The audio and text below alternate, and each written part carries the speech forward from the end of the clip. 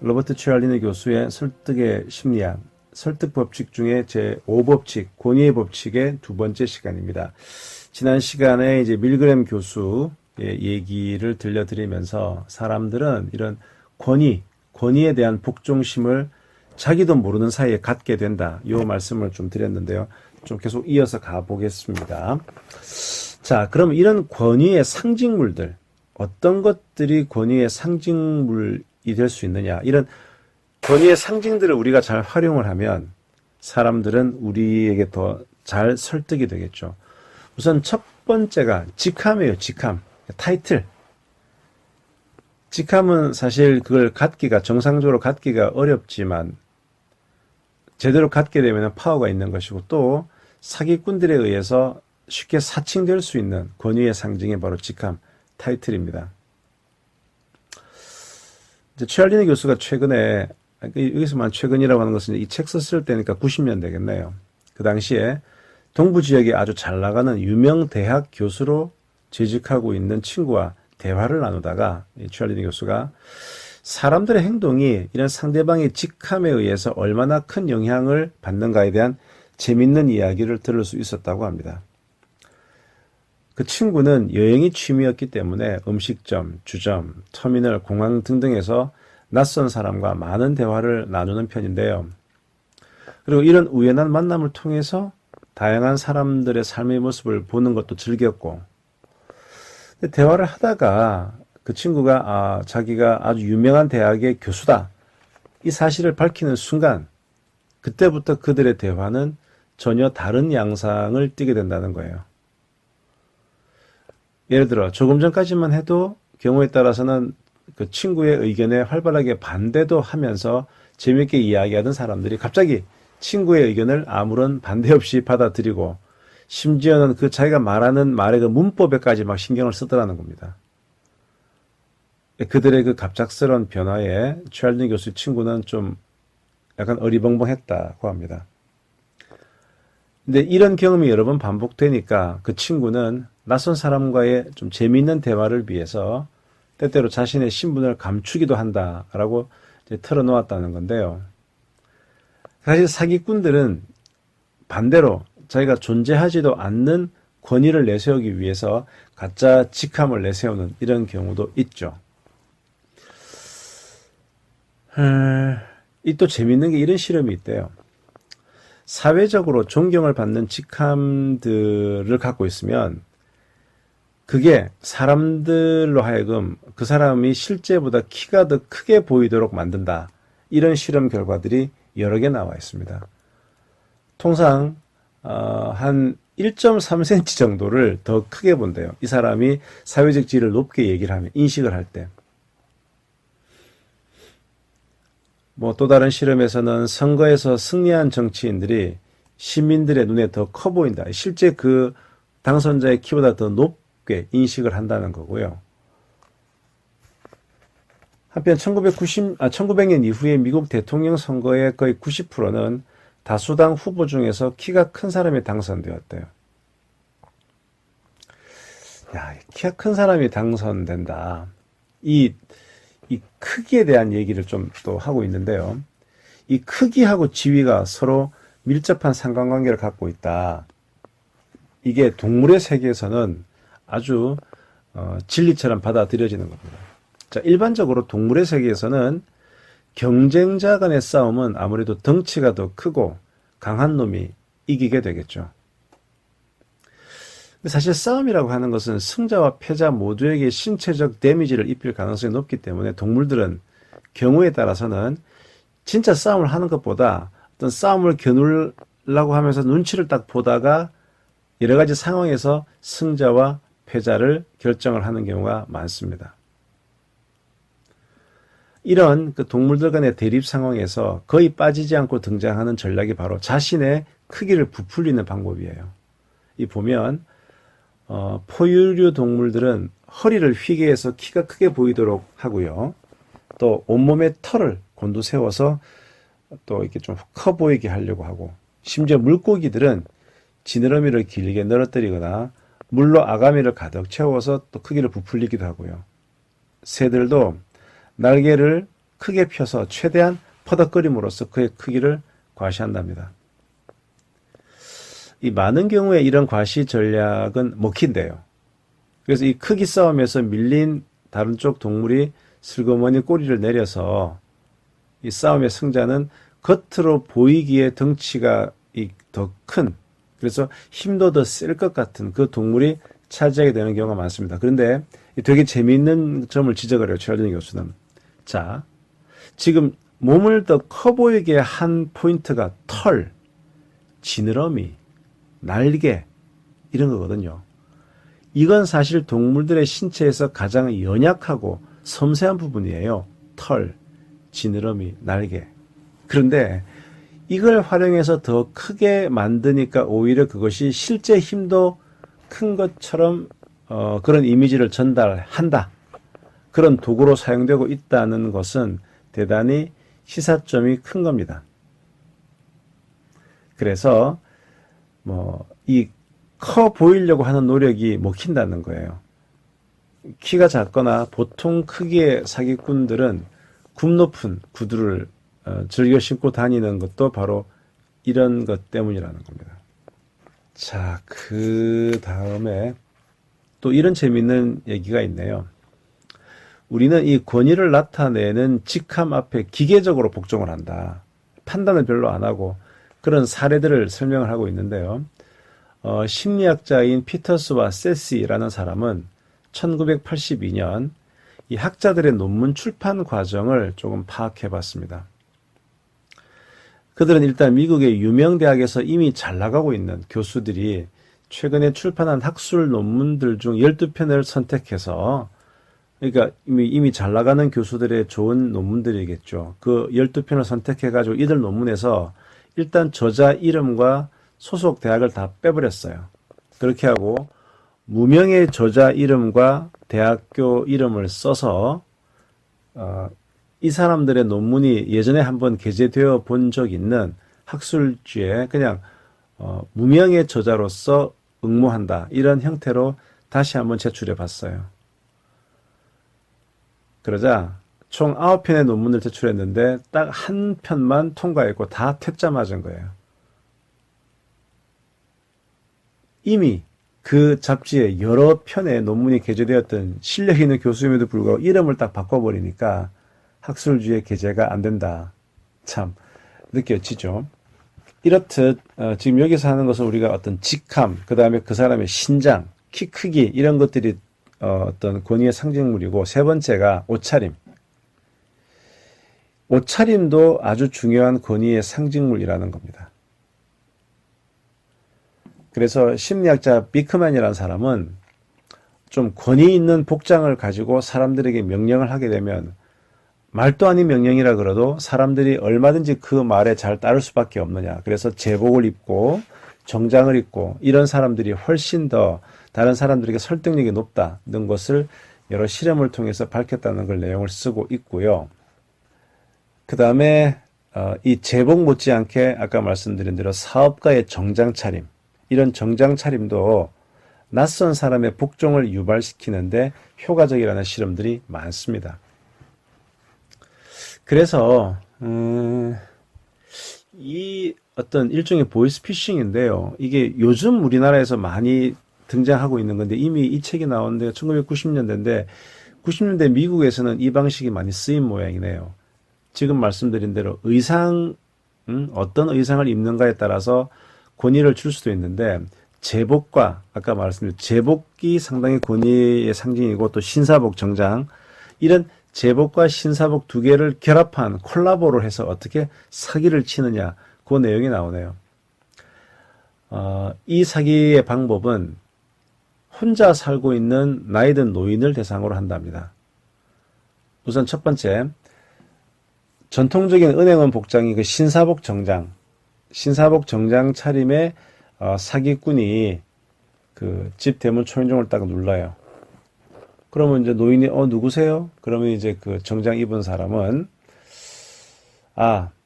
자기는 그 은행의 감독원인데 바로 그 영감님이 거래하고 있는 은행의 업무를 감사하던 중에 은행원의 모종의 비리를 발견하게 되었어요. 아, 이놈이 말이죠. 돈을 빼돌리고 있었어요. 그런데 그 은행원의 비리에 할아버지의 계좌도 연루가 되어 있습니다. 이렇게 딱 덧붙이는 거예요. 그러면서 수고스럽겠지만 그 은행원 그놈 잡아야 됩니다. 그래서 그 은행원의 비리를 입증하는 증거를 포착하기 위해서 부득이 그 할아버님의 계좌를 당분간 정지시켜야 되는데 좀 할아버님의 협조가 필요합니다. 이렇게 얘기를 해요. 이 정장을 입은 이 신사가 그런 얘기를 하니까 너무나 그럴듯해서 할아버지는 의심을 하지 못해요. 자, 그래서 이 할아버지는 같이 은행으로 갑니다. 그래서 그의 계좌에 있던 모든 돈을 출금을 한 다음에 일단 집으로 가져와서 이렇게 은행 감독원이 자, 요거 집에서 보관하세요라고 하고 자기는 손을 안 대는 거예요. 그리고 저희들이 감사한 결과를 나중에 알려드릴 테니까 돈 잘 보관하세요. 그러고 떠나갑니다. 자, 다음날 은행 마감 시간이 다 지난 다음에 이 청원경찰복장, 그러니까 그 은행에서 있는 청원경찰복장을 한 사람이 다시 그 할아버지 집으로 딱 방문해요. 그러면서 아, 할아버님 덕분에 모든 것이 순조롭게 잘 끝났습니다. 바로 그 문제된 은행원의 비리를 증명하는 결정적인 증거가 포착되었습니다. 그래서 그를 경찰에 인계하게 됐습니다. 그러면서 이제 그 할아버지의 협조에 깊은 감사의 뜻을 전해요. 그 다음에, 그리고 엊그저께 그 은행에 찾아온 돈 있지 않습니까? 다시 예금을 해야 될 텐데, 아이고, 그거 다시 은행 방문하려고 그러면 수고스러우시겠죠? 그거 제가 잘 가지고 갔다가 다음날 은행 업무가 시작되는 대로 그 할아버님 계좌에 원상 복귀시키겠습니다. 이렇게 얘기를 하는 거예요. 그 다음에 딱 거수경례 딱 하는 거죠. 거수경례를 하면 이 할아버지는 당연히 그 경찰을 믿고 돈을 건넨다는 겁니다. 이제 며칠 뒤에 결국은 그 청원경찰도 사기꾼, 은행 감독원이라고 하는 그 신사도 사기꾼, 둘 다 사기꾼이라는 것을 알게 되죠. 하지만 이미 때는 늦었죠. 이게 정말 우리나라에서도 요즘 흔히 발생하는 그 독거노인들, 그러니까 젊은 사람들 없는 할아버지 할머니 집에는 이렇게 2인 1조가 돼가지고 사기를 친다는 것을 제가 예전에 한번 라디오에서 들었었는데 미국은 이미 20, 30년 전에 이런 짓을 하고 있었군요. 이거 전부 다 권위의 법칙을 활용한 예라고 할 수 있겠습니다. 자, 이것과 비슷한 것으로 의상 못지않게 그 사람이 타고 있는 차, 특히 차가 고급 자동차일 때 사람들은 그 권위에 굴복하는 여러 가지 증상들을 보이는 겁니다. 이거 실험한 영상들 꽤 있어요. 인터넷 뒤져보면요. 이런 거죠. 시내에 차가 쭉 서 있는데 신호가 바뀌는 거예요. 신호가 바뀌면 당연히 이제 차가 가야 될 텐데 신호가 바뀌었는데도 차가 안 가고 그냥 서 있는 겁니다. 자, 그러면 뒤에 있던 차가 과연 몇 초 만에 왜 안 가? 빵빵! 클락션을 울릴까? 안 울릴까? 그 실험을 한 거예요. 이 실험을 여러 번 해봤는데 놀라운 것은 만약에 앞서 있는 차가 소형차다. 그러면 뭐 바로 빵빵! 그러면서 빨리 왜 안 가냐고 독촉을 합니다. 독촉을 하는데 앞에 차가 중형차나 고급차일 경우에는 기다려주는 거예요. 특히 앞에 차가 최고급 차일 경우에는 몇 분이 지나도 뒷차는 그냥 계속 이렇게 엉금엉금 이렇게 앞으로 가지도 못하고 기다리고 있는 그런 장면들을 연출을 한 거예요. 이거는 그때 우리 EBS에서도 한번 실험한 영상을 제가 봤는데, 그걸 제가 협상 강의할 때 보여드리곤 하는데, 그럼 우리가 생각할 수 있는 게, 이게 새롭겠어? 당연히 예상될 수 있는 결과지. 앞에 큰 차가 있으니까 조심하고, 작은 차니까 쉽게 하는 거, 그거는 능히 그럴 수 있는 거 아니야? 이렇게 생각할 수 있어요. 그런데 이 실험 결과가 왜 의미가 있냐 그러면, 많은 심리학자들은 사람들에게 물어봐요. 사전에 어떤 설문조사로. 자, 이런 상황에서 당신 앞에 차가 있는데 신호가 바뀌었어요. 근데 앞에 차가 안 갑니다. 근데 앞에 차가 작은 차일 때랑 큰 차일 때랑 당신의 반응이 다를까요? 요렇게 이제 한번 물어본 거예요. 그런데 사람들은 이성적일 때는 아이고 그걸 어떻게 달라요? 아니 나 같으면 오히려 큰 차가 앞에서 그렇게 버티고 있으면은 더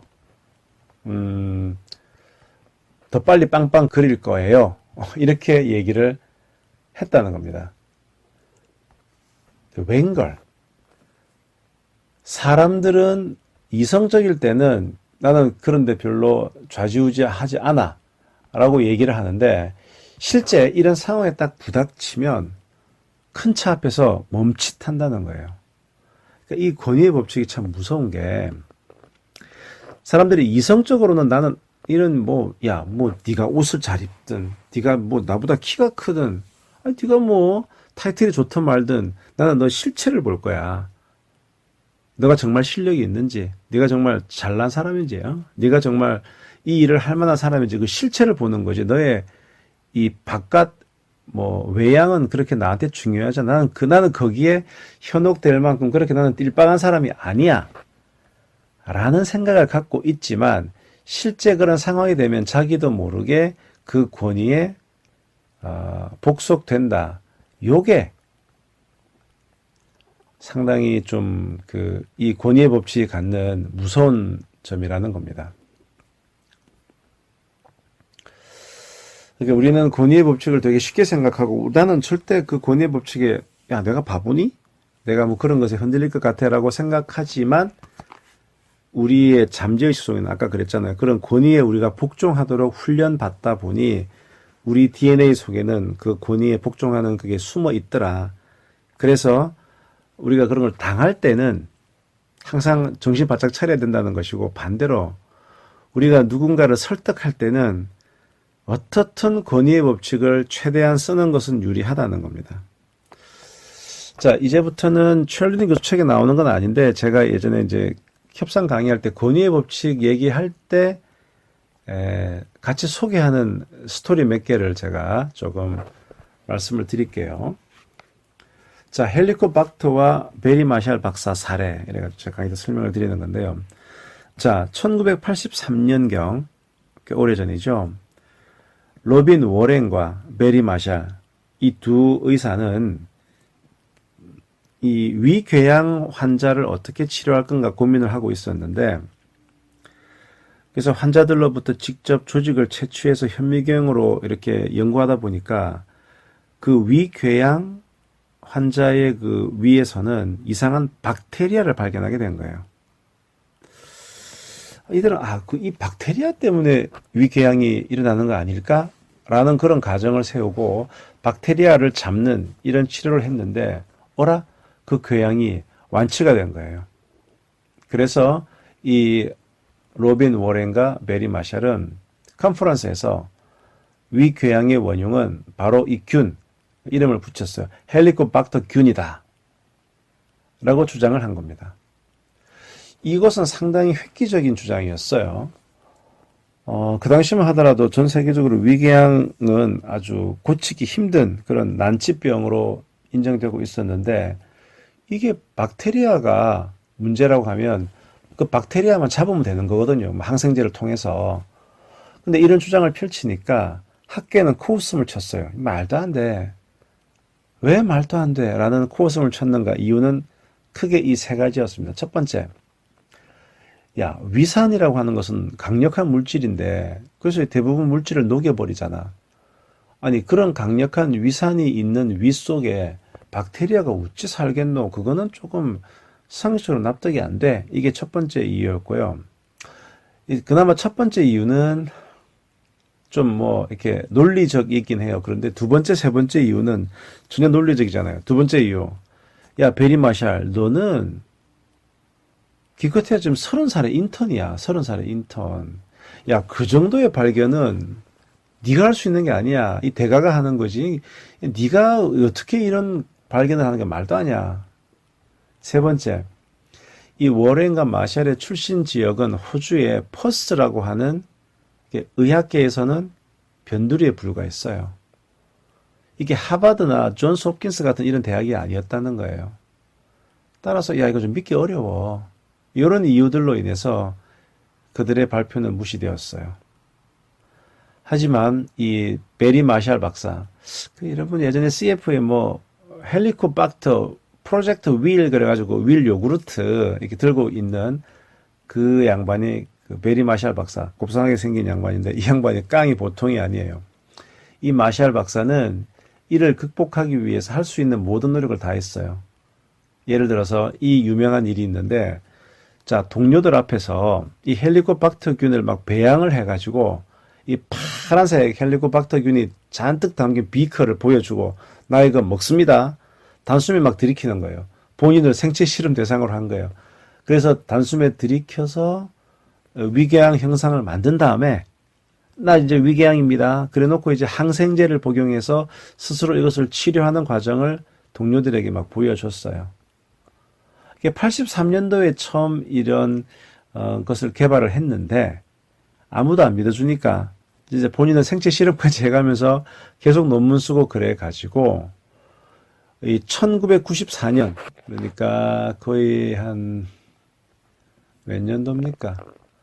한 11년 만에 가설이 이제서야 좀 인정을 받기 시작했어요. 근데 이렇게 인정을 받기 시작한 데는 미국의 하버드 쪽에서 야 그거 좀 말 된다 이런 동조 세력이 나왔기 때문에 가능했고요. 그래서 결국 어떻게 2005년 가을 이 베리 마샬과 로빈 워렌은 헬리코박터균을 발견한 공로로 노벨 의학상을 받게 됩니다. 이처럼 이 전문적인 지식을 다루는 의학계에서도 발표자가 누군가에 따라서 그 학설이 받아들여지는 데에는 참 큰 차이를 보이죠. 자, 또 제가 좋아하는 책 중에 그 로저 도슨이라는 그 미국의 유명한 협상가가 쓴 협상의 비법이란 책이 있어요. 이 책에 보면은 이런 내용이 나오는데 이쪽도 좀 오래된 책입니다. Secrets of Power Negotiation 뭐 이런 그 책인데요. 자, 오래전에 그 로저 도슨은 강연을 위해서 호주를 방문했을 때 미국에 있는 집에 불이 났다 이런 연락을 받은 거예요. 2층 방 하나가 다 탔다 이런 겁니다. 그래서 어쩔 수 없이 로저 도슨은 집에 도착하자마자 이걸 좀 수리를 해야 되겠는데 그래가지고 세 군데로부터 견적을 받았어요. 그런데 그 중에 둘은 견적가가 24,000달러였고요. 다른 하나는 거의 4,500달러였어요. 그런데 희한하게도 로저 도슨은 가장 높은 가격의 견적서를 골랐습니다. 왜 그랬을까요? 이 책 또한 90년대 책인데요. 자, 그 제안서에는 친절하게도 컴퓨터로 계산한 내역서가 뒤에 첨부가 되어 있는 거예요. 서류 내용은 매우 전문적이고 또 이 100제곱피트 단위로 각 항목의 비용이 쫙 정리가 되어 있는 거예요. 그래서 이제 로저 도슨은 이렇게 이 책에서 권고합니다.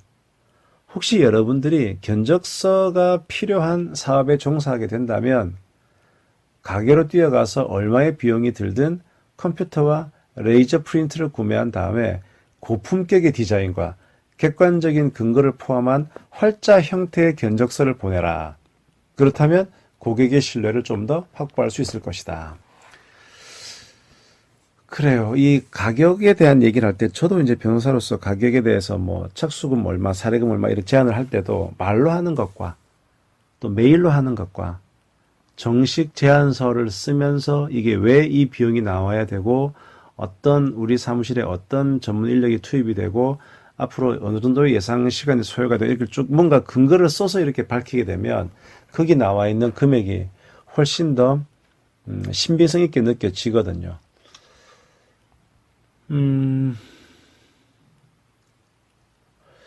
변호사 업무를 할 때도 보면 이런 권위의 법칙을 많이 쓰게 되죠.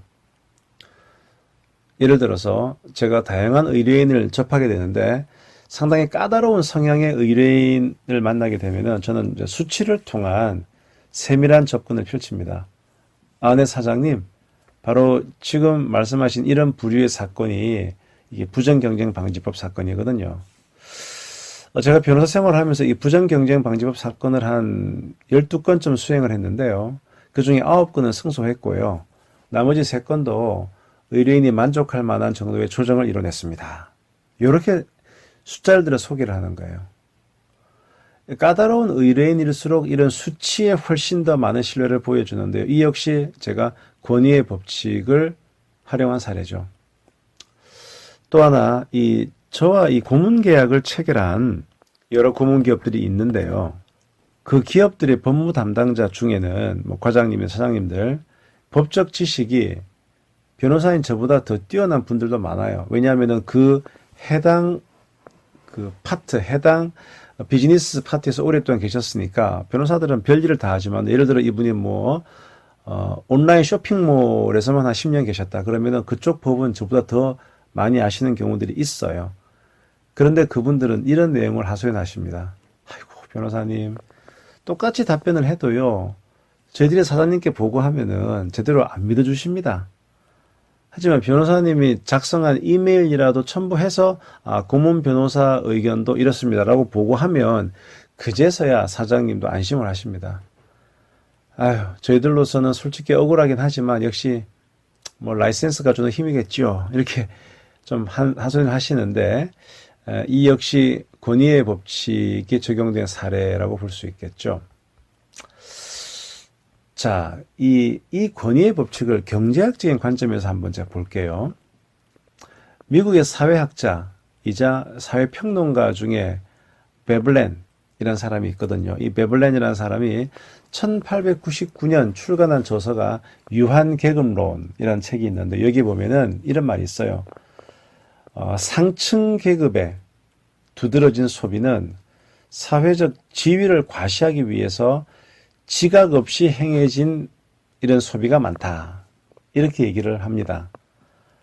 그래서 이 베블란은 이 책에서 물질 만능주의를 비판하면서 상류층 사람들은 자신의 성공을 과시하고 허영심을 만족시키기 위해서 사치를 일삼는다. 이렇게 꼬집었어요. 경제학에서 베블렌 효과라고 하는 것은 상류층 소비자들에 의해서 이루어지는 소비 행태로서요.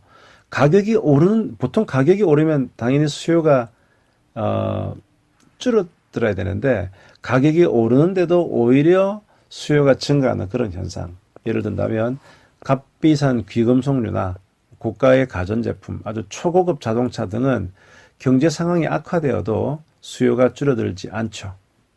이는 꼭 필요해서 구입하는 경우라기보다는 단지 자신의 부를 과시하거나 허영심을 채우기 위해 구입하는 사람들이 많기 때문인데요. 더욱이 과시욕이나 허영심을 채우기 위해서 고가의 물품을 구입하는 사람들의 경우에는 값이 오르면 오를수록 수요가 증가하고 반대로 값이 떨어지면 이거 누구나 다 사잖아. 속칭 개나 소나 다 사네. 나 이거 안 사. 이러면 이제 구매를 하지 않는 경향이 있다는 겁니다. 자, 이런 점에서 다수의 소비자가 구매하는 제품을 오히려 꺼리고 남들이 구입하기 어려운 값비싼 상품을 보면 오히려 사고 싶어하고 일종의 속물근성이라고도 볼 수 있겠죠. 우리나라에서도 2000년대 이후에는 극소수의 상류층 고객만을 상대로 벌이는 마케팅 전략인 VVIP 마케팅과 관련될 텐데요. 결국 고가의 제품이 잘 팔리는 것은 이 베블린 효과 그리고 권위의 법칙 이런 것들이 절묘하게 결합된 하나의 예로 볼 수 있을 겁니다. 그래서 우리는 이 권위의 법칙이 절대 우습게 볼 게 아니다. 좋은 옷 입고 좋은 차 타고 직함 내밀고 어떤 수치 막 내밀고 이런 것들이 사람들이 혹한다는 얘기죠. 그래서 이런 것들에 우리가 함부로 말리면 안 되고 반대로 우리가 누군가를 설득해야 될 때는 이런 장치들을 활용하는 것은 효과가 있다는 것을 말씀을 드리고요.